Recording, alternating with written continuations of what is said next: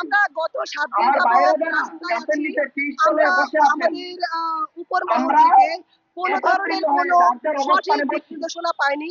আমাদের শুধু আশ্বাস প্রদান করা হয়েছে।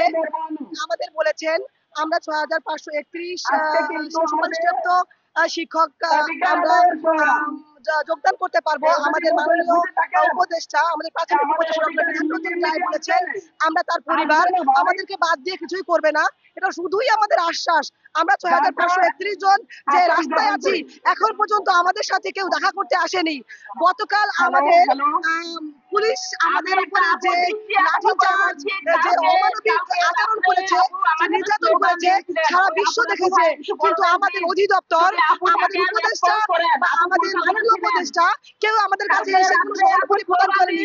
আমরা রাষ্ট্রের কাছে এটাই প্রশ্ন, রাষ্ট্র কি আমাদের দেখছে না? আমাদের নারীর প্রতি যে অবিচার, নারীদের যে নারীদের প্রতি, নারীদের গায়ে হাত, নারীদের গায়ে থেকে ওড়না কেড়ে নেওয়া হচ্ছে, পুলিশ নারীদের উপরে জল কামান, টিয়ার ছাল করছে, এগুলা কি আমাদের রাষ্ট্র দেখছে না? আমাদের সরকার ব্যবস্থা ২৩ জুলাইয়ে যে গণঅভ্যুত্থান হয়েছে আমরা সেখানে তাদের সামিল ছিলাম। আমরা এখন রাস্তায় নেমেছি, কিন্তু আমাদের সরকার আমাদের দৃষ্টিগোচর হচ্ছে না। এটা আমাদের একটা আক্ষেপ। আমাদের এই আক্ষেপ শোনার মতো কেউ নেই। তাই আমরা মিডিয়ার মাধ্যমে বলছি আমাদের যে যোগদানের ব্যবস্থা করে সরকার আমাদের রাস্তা থেকে বাড়িতে পৌঁছে দিন, এটাই আমরা রাষ্ট্রের কাছে